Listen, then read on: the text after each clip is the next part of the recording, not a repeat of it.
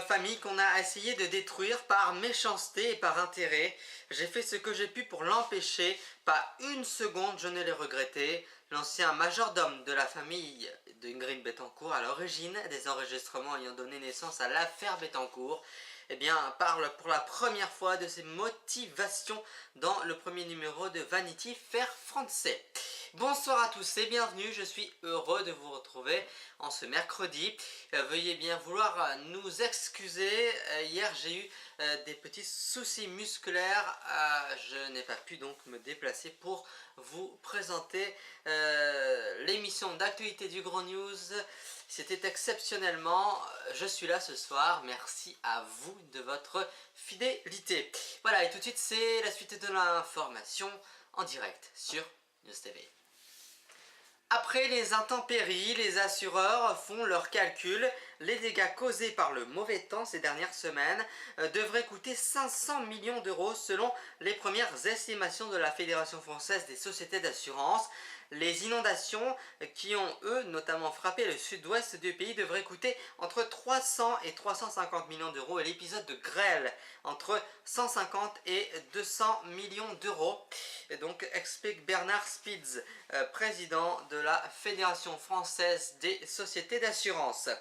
Et ils ne seront pas forcément bons, a prévu le ministre du Travail Michel Sapin à propos des chiffres du chômage, attendu dans quelques heures, et ce pourrait être un euphémisme avec 3,26 millions de demandeurs d'emploi en catégorie A sans aucune activité. La catégorie la plus regardée en hausse continue depuis 2 ans maintenant.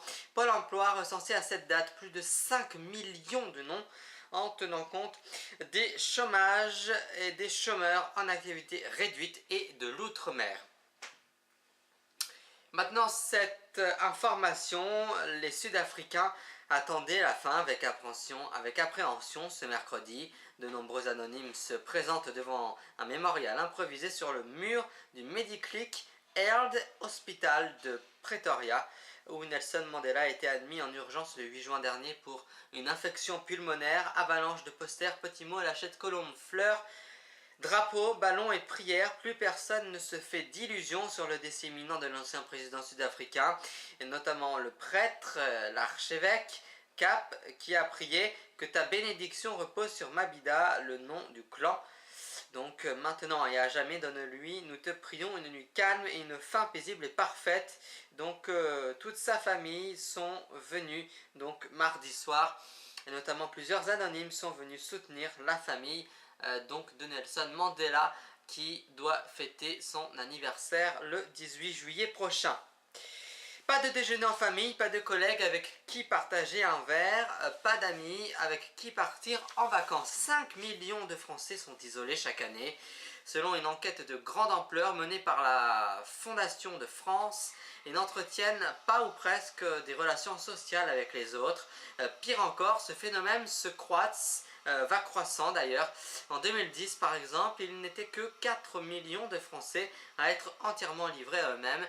Nous sommes en 2013 tout de même, ça a augmenté énormément. Politique maintenant, nouveau clash entre Marine Le Pen et Patrick Cohen ce mercredi matin.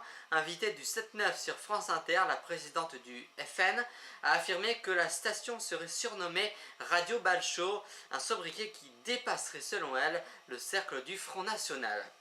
Serge Perzoneni, 59 ans, a travaillé 20 ans dans des porcheries de Franche-Comté. Ce mercredi, il affirme et réclame devant un tribunal de Lons-le-Saunier dans le Jura les indemnités de la part de son ancien employeur, les salaisons donc Pellizzari. La voici.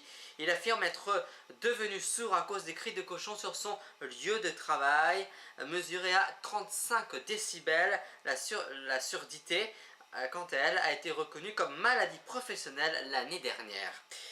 À la fin des années 70, les chercheurs ont découvert que certains virus, les papillomavirus en particulier ceux du type 16 et 18, étaient responsables du cancer du col de l'utérus.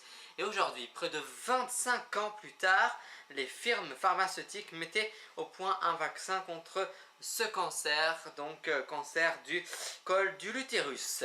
Et on termine avec du cyclisme qui est devenu secoué qui est de nouveau secoué par des révélations sur les analyses de Laurent Jalabert, positif à l'EPO en 1998. Une étude menée en ligne montre que ce dernier offre des produits dopants dangereux et donc en très grande croissance sur Internet.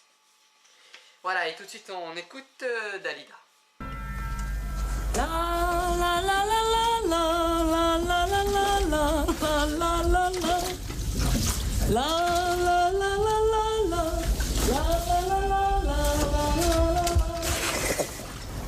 Papa, tu seras vendu. Laissez seulement.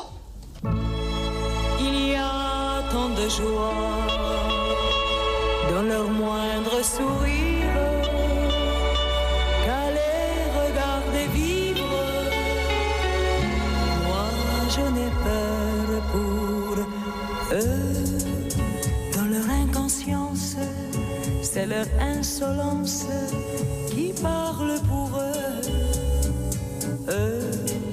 Dans leur innocence, ils ont l'indécence des gens trop heureux. Les regarder vivre, c'est ouvrir un livre où tout serait bleu. C'est une légende qui ferait offrande de sa vie pour eux. En les regardant dans un amour si grand, j'en ai le cœur qui pleure un triste adieu. Ma pensée s'égare par un simple regard, car cet amour je l'ai connu comme eux. Dans leur inconscience, même posant silence, un rêve évanoui. Dans leur innocence, ranime la danse d'un bonheur enfoui.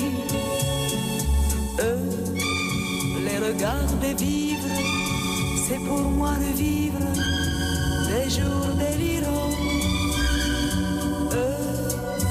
Refont la légende qui m'a fait l'offrande d'un bonheur trop grand. En les regardant dans un amour si grand, j'en ai le cœur qui pleure un triste adieu. Ma pensée s'égare par un simple regard, car cet amour je l'ai connu comme